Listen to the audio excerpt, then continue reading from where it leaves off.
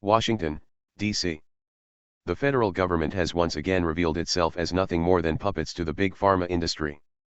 On Thursday, the Drug Enforcement Administration, DEA, moved to deny any changes to marijuana under its federal drug schedule, keeping the drug in the most restrictive category for U.S. law enforcement purposes. For decades, the pharmaceutical industry has poured millions into the pockets of corrupt politicians as they lobbied to keep cannabis illegal.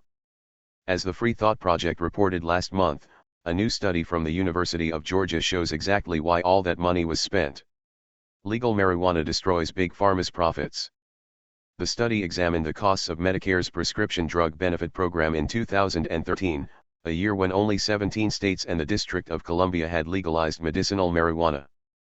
They found that legal pot contributed to a savings of $165.2 million in prescription costs. Researchers at the University of Georgia used those numbers to determine a savings in the hundreds of millions if all states would legalize medical cannabis. Now it makes perfect sense why the DEA would maintain this asinine classification. Under the U.S. Controlled Substances Act of 1970, the cannabis plant and its organic cannabinoids are classified as Schedule I prohibited substances, the most restrictive category available under the law. By definition, substances in this category must meet 3 specific inclusion criteria. To be considered a Schedule I substance, the drug must possess a high potential for abuse, it must have no currently accepted medical use in the United States, and the substance must lack accepted safety for use, under medical supervision.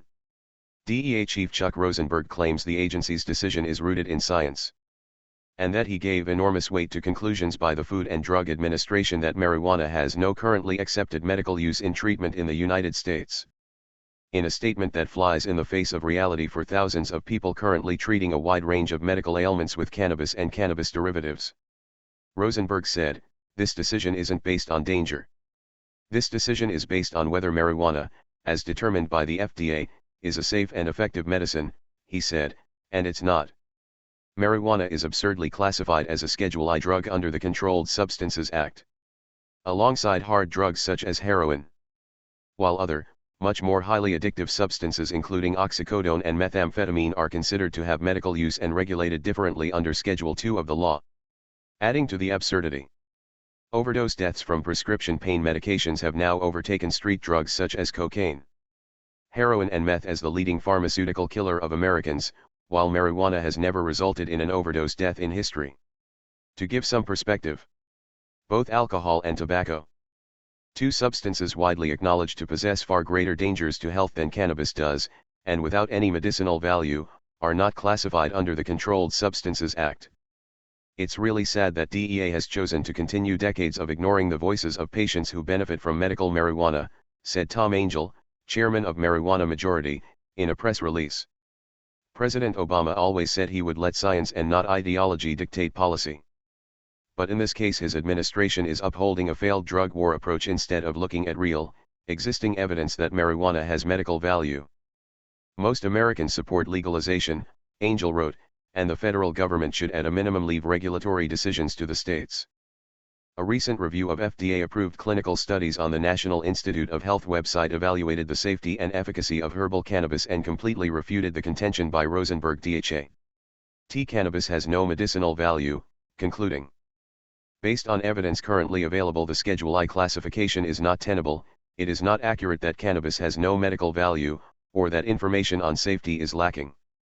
NORML Deputy Director Paul Armentano released a statement regarding the DEA's ill-advised decision stating, "For far too long, federal regulations have made clinical investigations involving cannabis needlessly onerous and have placed unnecessary and arbitrary restrictions on marijuana that do not exist for other controlled substances, including some other Schedule I controlled substances." While this announcement is a significant step toward better facilitating and expanding clinical investigations into cannabis therapeutic efficacy, ample scientific evidence already exists to remove cannabis from its Schedule I classification and to acknowledge its relative safety compared to other scheduled substances, like opioids, and unscheduled substances, such as alcohol. Ultimately, the federal government ought to remove cannabis from the Controlled Substances Act altogether in a manner similar to alcohol and tobacco, thus providing states the power to establish their own marijuana regulatory policies free from federal intrusion. Since the DEA has failed to take such action, then it is incumbent that members of Congress act swiftly to amend cannabis criminal status in a way that comports with both public and scientific opinion. Failure to do so continues the federal government's flat earth position. It willfully ignores the well-established therapeutic properties associated with the plant, and it ignores the laws in 26 stat. ES recognizing marijuana's therapeutic efficacy. The D's decision is strictly a political one. There is nothing scientific about willful ignorance, Armentano said. Make no mistake that the D's decision is purely based in big money politics and has virtually nothing to do with safety or science. The agency's current position, that marijuana has no medicinal value, is akin to the medieval church refusing to accept the new science that revealed the earth to be round. And this, folks, is what happens when you put a paramilitary organization in charge of determining whether the object of its existence should be legalized. Of course, the DEA says cannabis should remain illegal. As the agency would lose a significant amount of funding and its fake war on drugs would begin to be revealed as just another fleecing of American citizens. One bright spot is the fact that by the DEA making such absurd public proclamations such as this, it helps awaken people to the vast disconnect between what they already know to be true, and what the agency claims is reality. Consequently, the DEA only serves to marginalize its own message as people begin to more clearly understand that the agency simply cannot be trusted, as they have a vested interest in keeping cannabis illegal. Read more at http://thefreethoughtproject.com/DEA-refuses-reschedule-cannabis/$VW